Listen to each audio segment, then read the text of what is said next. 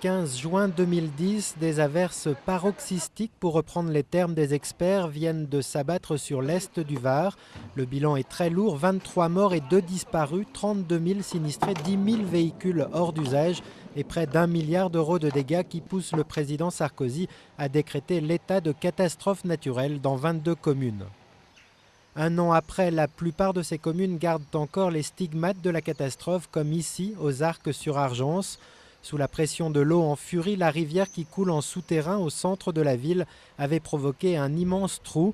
Aujourd'hui, le maire aimerait élargir le lit du Réal pour éviter que cela ne recommence, mais il se heurte à la loi sur l'eau, très stricte en matière de protection des écosystèmes.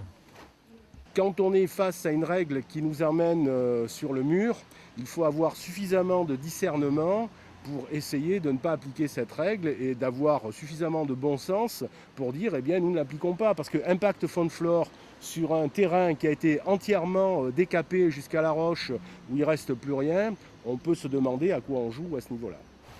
À Rebouillon aussi, un petit hameau en amont de Draguignan, on célèbre dans la colère ce triste anniversaire. Il y a un an, l'eau cristalline de la Nartubie est sortie violemment de son lit, dévastant tout sur son passage. Le courant a été tel que les gravats se sont amassés sur 2 mètres de hauteur. Alors ici, comme aux Arcs, la population aimerait qu'on réaménage le lit de la rivière.